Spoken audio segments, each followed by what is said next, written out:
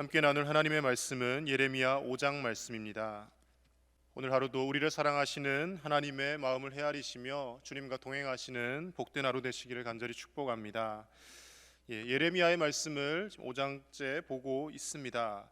예레미야에 대해서 다시 한번 짚고 설명을 하고 넘어가면요, 남왕국 유다의 마지막 다섯 왕 때 활동을 했던 선지자입니다. 나라가 망할 때까지 마지막 다섯 왕 때 활동을 했으니까 얼마나 힘들고 어려운 시기에 그가 부름을 받아서 하나님의 말씀을 전했겠습니까? 그래서 일명 예레미야의 별명을 옛날 믿음의 선배들이 눈물의 선지자라고 그렇게 많이 표현을 합니다. 늘 예레미야가 전하는 말씀, 또 그가 이렇게 하는 말들을 들어보면 거의 울면서 이야기를 하고 있는 것이죠. 뒤에 예레미야 애가도 있지 않습니까? 결국 예루살렘의 멸망을 바라보면서 거의 장례곡처럼 지어서 부른 것이죠. 눈물을 흘리며 노래를 하고 있다는 것입니다. 이스라엘이 북이스라엘과 남유다 두 개 나라로 분단이 되죠. 그리고 북이스라엘이 먼저 아수르에 의해서 멸망을 합니다. 어찌 보면 남유다는 좀 회개할 기회가 더 많이 있었습니다. 그래도 믿음의 왕들이 좀 있었기에 북이스라엘보다 좀 더 오래 명맥을 유지하였고요. 또 북이스라엘이 아수르의 하나님의 심판을 받아 멸망하는 것을 그들이 눈으로 보았기 때문에 우리도 하나님에게서 떠나면 저렇게 멸망할 수밖에 없구나, 얼마든지 뉘우치고 회개할 기회가 있었던 것이죠. 그런데 어떻게 합니까? 그 북이스라엘의 멸망의 전철을 유다도 그대로 밟아가고 있더라는 것입니다. 하나님께서 그것을 두고 보실 수가 없어서 예레미야 선지자를 보내서 끝까지 말씀을 선포하게 하시는데, 결국 우리가 성경을 통해 볼 수 있듯이 유다도 멸망을 하고 만다는 것을 알 수가 있습니다. 하나님이 심판하실 수밖에 없는 이 상황, 죄악이 관영한 이 상황 속에서 예레미야는 하나님의 말씀을 선포하며 울기도 하며 때로는 모진 고통을 당하기도 하면서, 그러나 그 가운데도 하나님께서 얼마나 이 백성을 사랑하시는지를 줄기차게 외치고 있는 것이죠. 먼저 예레미야가 부름받는 장면을 다시 한번 새겨보면요, 모두가 마찬가지입니다. 하나님의 일들, 사명을 감당한다는 것이 때로는 기쁘고 즐거운 일일 수도 있지만 한편으로는 참 무겁고 힘든 일이라는 것을 예레미야가 부름받을 때에도 알 수가 있습니다. 예레미야가 처음부터 하나님의 말씀을 받고 제가 가겠습니다 라고 순종했던 것이 아니죠. 저는 할 수 없습니다라는 말부터 합니다. 근데 비슷한 사람이 구약에 또 등장을 하죠. 위대한 지도자라고 하였던 모세도 하나님께서 그가 처음 부르실 때 뭐라고 이야기합니까? 이 핑계 대는 것은 다 비슷합니다. 저는 말을 잘 하지 못합니다. 혀가 둔하고 뻣뻣한 사람입니다. 그렇게 말하며 오 주여 보낼 만한 자를 보내소서 이야기합니다. 한마디로 하나님의 말씀을 맡아서 그 말씀을 전하는 일이라는 것이 기쁨과 즐거움도 있겠지만 한마디로 고통과 또 여러 가지 핍박도 감수해야만 가능한 일이라는 것을 나타내 주고 있는 것이죠. 예레미야도 비슷하게 반응합니다. 예레미야 1장 6절에 하나님께서 예레미야를 부르셔서 선택하셔서 말씀을 전하게 하셨더라고 예레미야에게 알려주자 예레미야가 이렇게 고백합니다. 내가 이르되 슬프도소이다. 주 여호와여 보소서 나는 아이라 말할 줄을 알지 못하나이다. 이렇게 이야기합니다. 저는 아이입니다. 어립니다. 제 말이 미숙합니다. 제가 감히 어떻게 이 죄악이 관영한 시대에 하나님의 말씀을 전하며 저 완악한 백성들을 회개하도록 하겠습니까? 라고 하나님 앞에 이야기하고 있는 것이죠. 근데 놀라운 것은 하나님께서 이어지는 8절에서 내가 너와 함께하여 너를 구원하리라 라는 말씀을 같이 주십니다.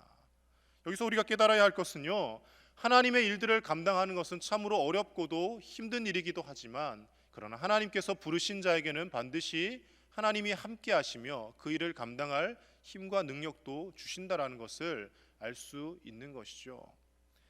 어려운 시기에 교회에서 항존직을 맡거나 또 직분을 맡아서 우리가 일들을 감당하는 것 결코 쉽지 않을 것입니다. 더군다나 예배를 자유롭게 드릴 수 있는 형편도 아니고 여러 가지가 제약이 많은 시대입니다. 그럼에도 불구하고 우리가 주님을 사랑하는 마음으로 우리가 할 수 있는 범위 내에서 최대한 하나님의 뜻을 이루어가며 또 모여서 예배하려고 할 때 하나님께서는 그 나름대로 또 우리가 그 일들을 감당할 수 있는 힘과 능력과 지혜를 주시는 분이신 줄로 믿습니다.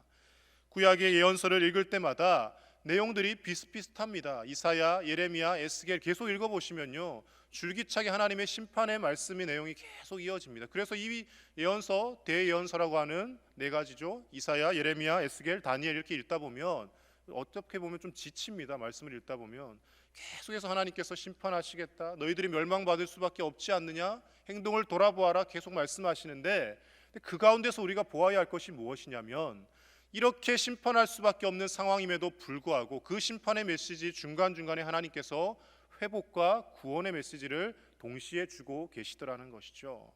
그래서 이 예레미야의 말씀을 보실 때 하나님의 심판의 내용만 보시는 것이 아니라 이 심판의 상황 가운데서도 우리를 구원하고자 하시는 하나님의 은혜를 찾아내시며 발견하시고 그 은혜를 누리며 말씀을 묵상할 수 있는 저와 여러분들이 될 수 있기를 간절히 축복합니다. 하나님께서는 우리를 사랑하시고요, 정말 우리가 아무런 희망이 없다라고 생각하는 그 순간에조차도 우리를 구원할 계획을 갖고 계시는 분이시라는 것입니다. 오늘 본문 5장에서 그렇다면 나타나는 하나님이 주시고자 하는 메시지가 무엇인지 한두 가지만 우리가 함께 살펴보고자 합니다. 첫 번째로는요, 하나님 앞에서 그 누구도 우리가 의로운 인생이 될 수 없음을 하나님은 예레미야의 입을 통하여 말씀하고 계십니다. 우리 5장 1절 말씀 다시 한번 같이 읽겠습니다. 5장 1절입니다. 시작.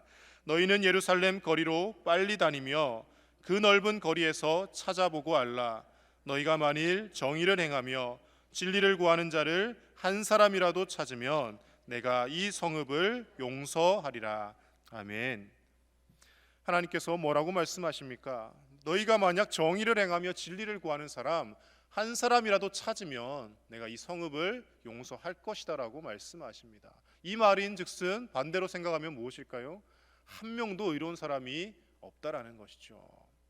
하나님의 심판을 받아서 멸망한 도시 중에 대표적인 곳이 아브라함 때 소돔과 고모라라는 땅이 있습니다. 우리 소돔과 고모라 그러면 딱 죄악이 정말 가득한 땅, 하나님이 유황불로 심판할 수밖에 없었던 땅, 이렇게 생각하지 않습니까? 근데 그때 하나님이 아브라함과 대화를 하시며 뭐라고 하십니까?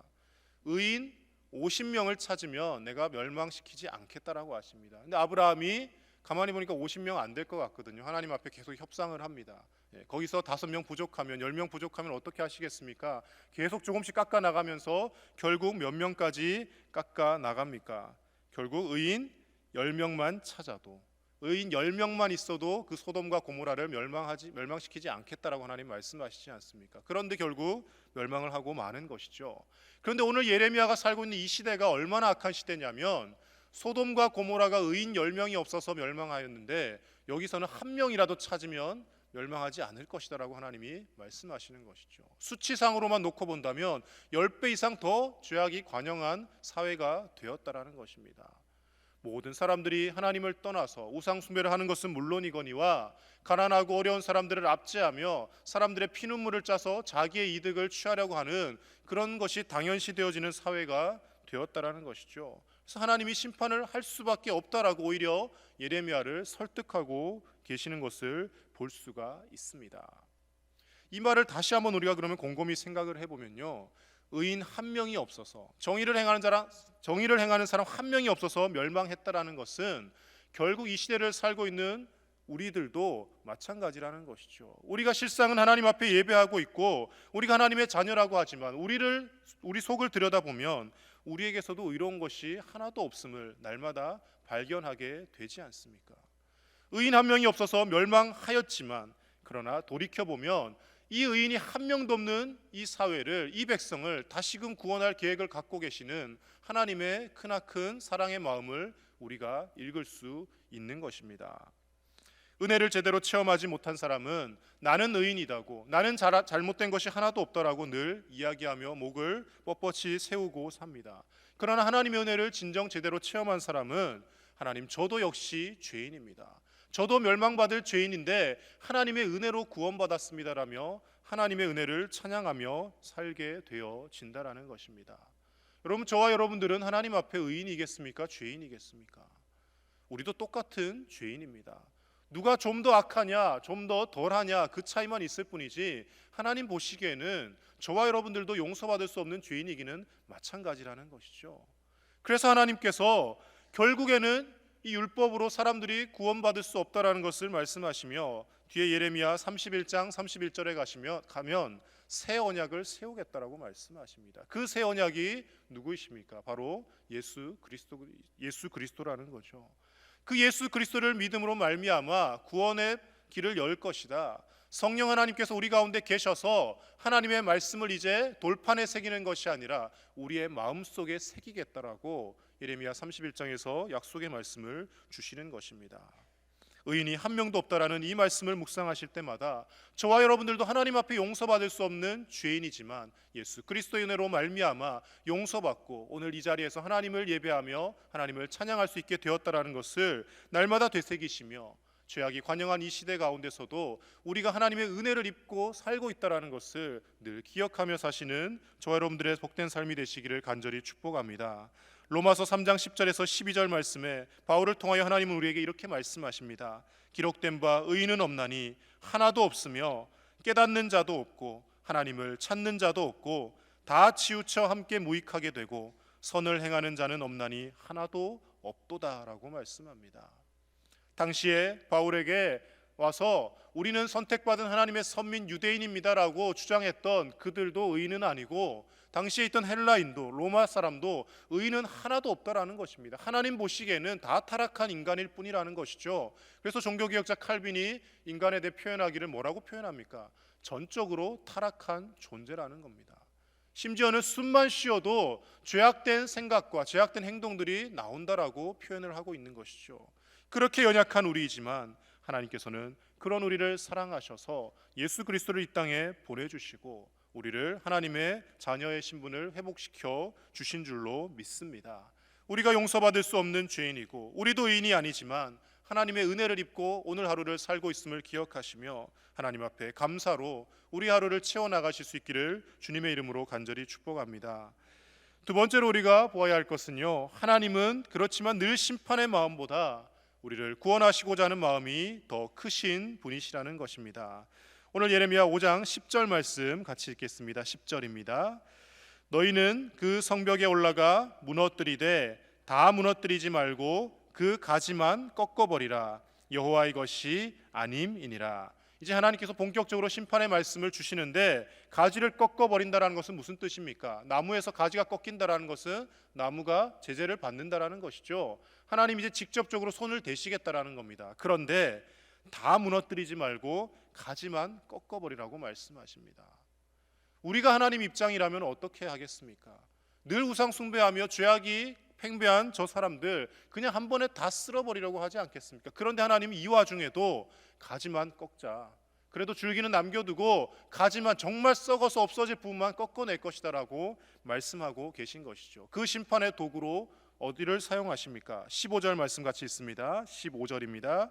시작. 여호와의 말씀이니라. 이스라엘 집이여 보라, 내가 한 나라를 먼 곳에서 너희에게로 오게 하리니 곧 강하고 오랜 민족이라. 그 나라 말을 내가 알지 못하며 그 말을 내가 깨닫지 못하느니라. 강하고 오랜 민족을 하나님께서 쓰셔서 가지를 꺾을 것이라고 말씀하십니다. 이 강하고 오랜 민족이 어디를 뜻합니까? 바로 바벨론을 뜻하는 것이죠.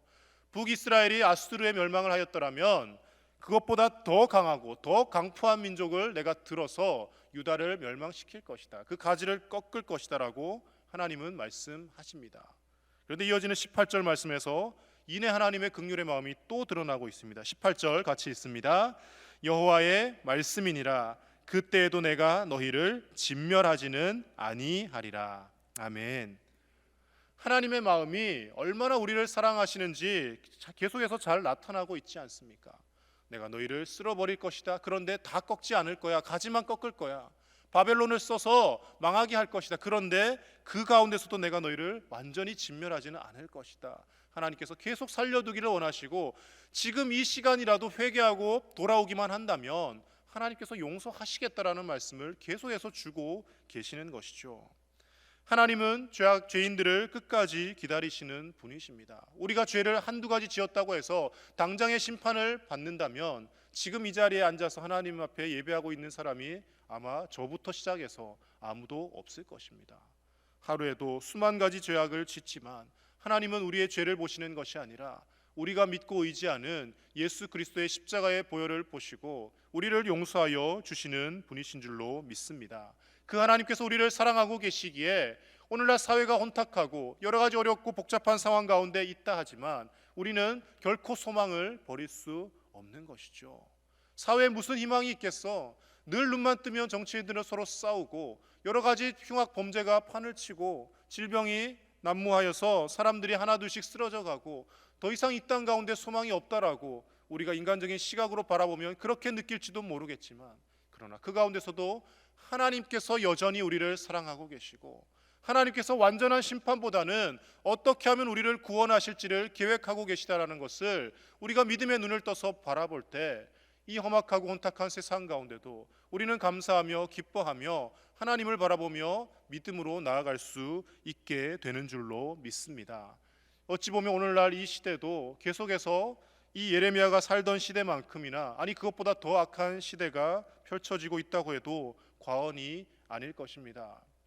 물론 해석의 차이는 있겠지만요, 뉴스를 보셔서 아시겠지만 이제 낙태를 하는 것이 이제 공식적으로 가능하게 되는 법들이 입법이 되고 있습니다. 여러 가지 많은 또 해석이 있습니다. 여성들의 인권을 보장해야 된다, 의도치 않게 임신을 해서 한 경우를 또 그것을 보아야 한다, 이렇게 주장들은 하지만 결국 제가 그 기사들을 보면서 밑에 사람들이 댓글을 달지 않습니까? 읽어보면요, 그래도 불과 5년 10년 전에는 거기에 대해서 부정적인 입장들이 훨씬 더 많았습니다. 그래도 생명을 소중히 여겨야 되고 생명은 인간이 어떻게 할 수 있는 것이 아니다라는 글들이 많았는데, 제가 어제 그저께 이렇게 보면서 깜짝 놀랐습니다. 거의 90% 이상의 글들이 잘하고 있다, 이런 법을 빨리 발의해야 된다, 낙태를 14주로 제한할 것이 아니라 전면 허용을 해야 된다, 이런 댓글들이 줄을 이루고 있더라고요. 이 사람의 생명을, 태아의 그 생명을 이제 함부로 여기는 것을 아무렇지 않게 생각하더라는 것이죠. 인권이라는 이름으로, 사람이 자유를 누려야 된다라는 그 이름으로 내 자녀의 생명, 내가 어떻게 할 수 없는 하나님이 주신 그 생명을 인간 스스로 제한하는 법들을 이제 만드는 지경에 이르게 되었다라는 것입니다. 하나님의 말씀보다는 인간의 편의가 우선이 되고 인간의 쾌락과 인간의 즐거움이 우선이 되는 시대가 되고 있습니다. 그러나 그 가운데서도 하나님께서 살아계시기에, 하나님께서 저와 여러분들을 하나님의 자녀로 부르셔서 말씀을 우리에게 먼저 허락하여 주셨기에 우리가 그 하나님의 마음을 헤아리며 우리라도 변화되어서 하나님이 찾으시는 단 한 명의 의인으로 살아갈 수 있어야 할 줄로 믿습니다. 시대가 아무리 악해지고 세상 사람들이 다 이 물결에 동조하여 간다 할지라도 우리는 구별되이 하나님께서 원하시는, 기뻐하시는 그런 하나님의 자녀들로 하루하루를 당당히 떳떳이 살아가야 할 줄로 믿습니다. 오늘 하루도 이 험한 세상 가운데 하나님께서 여전히 우리를 바라보고 계시고 우리를 향해서 우리가 하나님이 찾으시는 단 한 명의 의인이 되기를 원하시는 그 하나님의 마음을 헤아리시며 우리 마음속 가운데 아직도 내어놓지 못한 죄악과 여러 가지 말 못할 사연들을 하나님 앞에 토로하시고, 하나님, 제가 용서받을 수 없는 죄인입니다. 세상 사람들을 탓하고 손가락질하지만 저 역시 제 마음속에도 똑같은 죄악들이 자리 잡고 있었습니다. 그것을 겉으로 드러내지 않았을 뿐이지 제 마음속에 선한 것이 하나도 없습니다. 하나님 앞에 눈물로 회개할 뿐만 아니라 그럼에도 불구하고 나 같은 죄인을 예수 그리스도를 통하여 구원해 주신 그 하나님의 은혜에 감사하며 찬양합니다. 하나님을 찬송하며 감사로 이 하루를 채워나가실 수 있는 저와 여러분들의 복된 삶이 되시기를 우리 주 예수님 이름으로 간절히 축복합니다. 이 시간 우리 하나님 앞에 간절히 기도하며 나아가겠습니다. 함께 기도하실 때, 하나님, 제가 용서받을 수 없는 죄인입니다. 스스로 의인인 줄 착각하고 살았는데 나 역시도 죄인이었음을 고백합니다. 하나님, 다른 사람을 손가락질하며 탓하기 앞서서 우리 마음속에 있는 죄악부터 하나님 앞에 회개하게 하여 주시옵소서. 예수 그리스도의 큰 은혜로 구원받았지만 여전히 낙심하며 걱정하며 하나님을 믿지 못하며 세상 속에서 내가 먹고 살지 못하면 어떻게 할까, 내가 이 세상에서 누리지 못하면 어떻게 할까, 온통 썩어질 것들을 붙잡으며 오늘 하루도 힘들게 살아왔음을 우리가 고백하며 하나님 앞에 회개할 수 있었으면 좋겠습니다. 이제는 세상에 썩어질 것들 붙들며 그것 때문에 힘들어하는 삶이 아니라, 그것들 붙잡으려고 더 죄를 짓는 삶이 아니라 온전히 예수 그리스도를 닮아가게 하여 주시옵소서. 이 땅 가운데서는 우리가 육신적으로 때로는 고통과 핍박을 당하기도 하지만 그러나 우리가 영원한 천국 바라보며 하나님의 말씀 이루어가며 살게 하여 주시고 이 부조리한 현실을 우리라도 바꾸며 우리라도 이 현실을 개혁할 수 있는 하나님의 자녀된 삶을 살게 해달라고 이 시간 함께 간절히 기도하겠습니다. 그리고 여전히 병석에서 고통받고 있는 사랑하는 우리 환우들을 위해서 함께 기도해 주시고, 또 이제 입시가 수능 시험이 얼마 남지 않았습니다. 코로나로 인하여서 또 힘든 시간들을 보내고 있을 우리 고3 아이들을 비롯한 수험생들, 하나님께서 끝까지 함께 하셔서 지혜를 주시고 좋은 결과들이 있게 해달라고 우리 수험생들을 위해서도 시간 함께 기도하며 나가겠습니다. 하나님 아버지 감사합니다. 아버지 하나님 은혜 가운데 오늘 이 새벽도리를 불러주시고 하나님 앞에서 우리가 아버지 다시금 기도하며 하나님의 말씀으로 우리의 삶을 돌아보게 하시니 감사를 드립니다.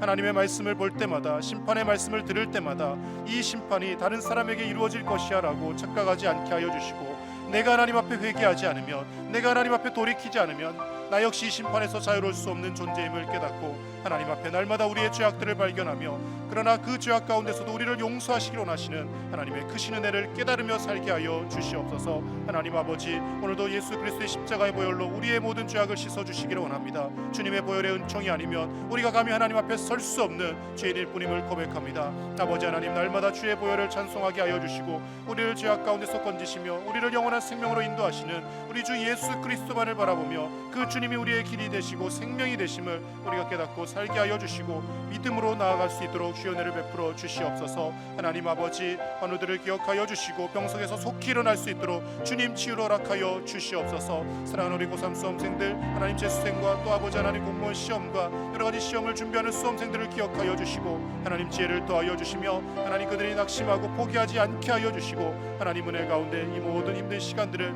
잘 이겨내며 하나님이 쓰시고자 할 때 하나님 앞에 쓰임받는 귀한 하나님의 일꾼들로 성장해 갈 수 있도록 주의 은혜를 베풀어 주시옵소서. 코로나19가 속히 소멸되게 하시고 자유롭게 예배할 수 있는 날들을 하나님 허락하여 주옵소서.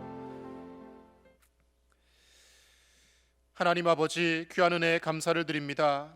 우리의 마음을 들여다보면 정말 선한 것이 하나도 없고 남들을 늘 손가락질하고 있지만 나 자신부터도 하나님 앞에 용서받지 못할 죄인임을 우리가 오늘도 말씀을 보며 되돌아봅니다. 하나님, 이 큰 죄를 지은 우리들을 예수 그리스도의 십자가의 구속의 은총으로 우리를 용서하여 주시고 우리를 영원한 생명인 천국으로 인도하여 주심을 너무나 감사를 드립니다. 하나님의 은혜로 구원받은 자임을 잊지 않게 하여 주시고, 그러나 그 구원이 나에게서 나온 것이 아니라 전적인 하나님의 은혜에서 비롯되었음을 기억하며 매일매일 하나님의 은혜를 찬송하며 주의 보혈의 공로를 자랑하며 살아가는 우리 제1의 가족들 다 될 수 있도록 주여 참된 믿음을 허락하여 주시옵소서. 사회가 어지럽고 혼란스럽고 여러 가지 비난과 정죄가 난무하는 가운데 있습니다. 생명을 경시하는 풍조가 팽배해져 있습니다. 그러나 그 가운데서 우리라도 하나님 믿음을 지키며 살게 하여 주시고, 우리가 먼저 하나님 앞에 눈물로 회개하며 하나님의 뜻대로 살지 못하였음을 고백하며 남을 탓하기 앞서서 우리의 삶을 변화시키며 우리가 하나님 앞에 돌이킬 수 있는 믿음의 참된 사람들로 변화될 수 있도록 주의 은혜를 베풀어 주시옵소서. 이 시간도 병석에서 신음하고 있는 환우들을 기억하여 주시고 하나님 병석마다 찾아가셔서 어루만져 주셔서 속히 일어나 걷게 하여 주시고 모든 마비된 것들이 풀어지게 하여 주시며 모든 나쁜 암세포들이 사라지게 하여 주시고 모든 원활하지 못하였던 혈액순환들과 또 모든 육체의 기능들이 회복되어지는 놀라운 은혜가 있게 하여 주시옵소서. 무엇보다 예수 그리스도의 십자가의 보혈로 수혈하여 주셔서 우리 몸속에 주님의 피가 흐르오니 주의 보혈로 고치시고 우리를 회복시켜 주시옵소서. 고3 수험생들과 또 하나님 여러 가지 입시를 준비하는 우리의 자녀들을 기억하여 주시고, 코로나19로 인하여서 정말 공부하기에 너무나 혼란스럽고 어려운 시기를 지나고 있습니다. 그러나 끝까지 낙심치 않게 하시고 포기하지 않게 하시고 주님 붙들고 그 모든 입시의 관문들을 또 잘 이겨나가게 하여 주시옵소서. 하나님께서 찾으시고 쓰시고자 할 때 주님, 제가 여기 있습니다. 주님 앞에 쓰임받을 수 있는 거룩한 우리의 자녀들로 성장해 갈 수 있도록 하나님 은혜를 베풀어 주시옵소서. 이 하루도 온전히 주님과 동행하며 하나님의 말씀을 이루어내는 기쁨으로 살게 하여 주실 줄 믿사오며 우리 주 예수님의 이름으로 기도드립니다. 아멘.